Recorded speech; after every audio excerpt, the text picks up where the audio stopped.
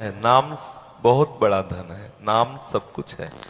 मतलब हम लोग उस पर विचार नहीं कर पा रहे।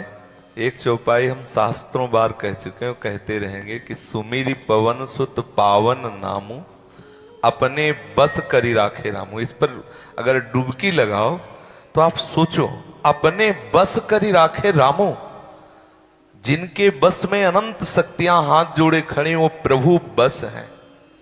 कह रहे कि प्रति उपकार करो का तोरा, सन्मुख होई न सकत मन मोरा।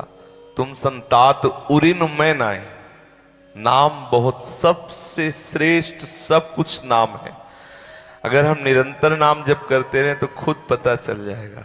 हमने एक संत भगवान के दर्शन के गंगा जी के किनारे जब भ्रमण करते थे, बिल्कुल कभी का नहीं पढ़े थे और गिनती भी पूरी सही ढंग से नहीं आती थी और माला भी नहीं था। इतने विरक्त थे कि रुद्राक्ष की माला कहां से आवे, तो कंकड़ रखे हुए थे 108 और गंगा जी के किनारे बैठ के ऐसे जपते थे। ये एक ओम, ये दुई ओम, ये तीन ओम, ऐसे जपते थे।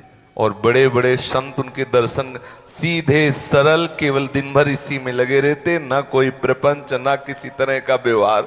ऐसे एक अश्विनी घाट है गंगा गंगा किनारे, एक से एक सिद्ध महापुरुषों के दर्शन का सौभाग्य प्राप्त हुआ।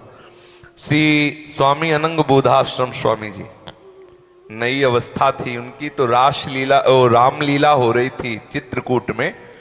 चित्रकूट के ही आसपास का कहीं उनका शरीर होगा, तो नई अवस्था थी।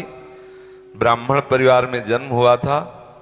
तो जीव उन्होंने रामलीला में देखा कि भगवान श्री राम को 14 वर्ष का वनवास हो गया, तो सह नहीं पाए, विकल हो गए। उनका जो हमारे प्रभु वनवास चले गए तो मेरा जीवन किस काम का। भावुक भक्तों का चिंतन एक अलग होता है। उनको लीला कोई लौकिक थोड़ी दिखाई दे रही थी। वो इतना विकल हो गए कि बस वहीं से उठे और गंगा का किनारा पकड़ा।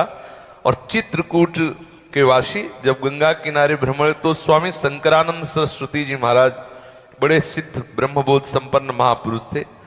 उनके चरणों में लिपट के रोए कि अब मैं ना तो घर जा सकता हूं और ना मुझे परमार्थ का ज्ञान है। मेरे प्रभु 14 वर्ष वनवास रहे, मैं आजीवन वनवास करूंगा। देखो भगवान कैसे घसीटते हैं। तो उनका बेटा फिर तो सन्यास लेना होगा। बोले जी गुरुदेव। तो सन्यास की पद्धति है कि पूरा निर्वस्त्र कर दिया जाता है गंगा जी में खड़ा करके। जो वाराणसी का सन्यास धर्म है उसमें एकदम दिगंबर कर दिया जाता है और हाथ उठा के गंगा जी में कहा जाता है कि बोलो तुम्हारा कोई है, और तो वो बोलता है नारायण के सिवा, हरि के सिवा मेरा कोई नहीं। फिर उसका संस्कार प्रारंभ होता है।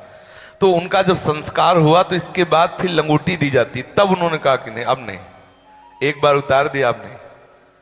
जब एक बार उतार दिया तो फिर बोले आश्रम में, बोले नहीं, अब यहां संस्कार हुआ तो यहीं रहेंगे। बड़े महामहिमा में तो दिगंबर रहते और गंगा जी जैसे बढ़ती वैसे ऊपर चढ़ते, जैसे घटती वैसे, मतलब निरंतर गंगा किनारे आजीवन और निरंतर नाम जप। उसके प्रभाव से धर्म सम्राट स्वामी करपात्री जी वाराणसी से केवल उनके दर्शन करने के लिए आते थे।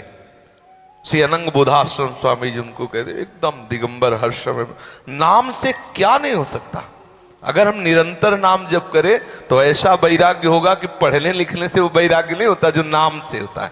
नाम से जो श्री ठाकुर हरिदास जी और कोई साधन नहीं करते थे, नाम ही जप करते थे। सुंदरी वैश्या उनको लुभाने के लिए आई, कुछ नहीं बिगाड़ पाई। कितने ऐसे महान महान भक्त हुए कि बहुत भी विषयों का प्रलोभन दिया गया, आया, लेकिन उन्होंने स्वीकार नहीं किया नाम के कारण। हम खूब ग्रंथ पढ़ लें और नाम जप न करें तो प्रश्न में हम फेल हो जाएंगे। जब माया प्रश्न करेगी तो फेल हो जाएंगे। कुछ नहीं आता, केवल रामकृष्ण हरि जपता रहता है। जब प्रश्न आएगा तो पास हो जाएगा, क्योंकि नाम बल उसके पास है। नाम बल से सब कुछ हो सकता है। हम नाम ही जप करें। नाम में हमारी रुचि नहीं होती और साधनों में रुचि हो जाती, पर नाम में हो गई। गोस्वामी जी का बहुत सुंदर पद, हमें प्राण प्रिय पद है। राम राम राम जी जोलो तू न जपी है, तोलो तू कहूं जाए तिहू ताप तपी है।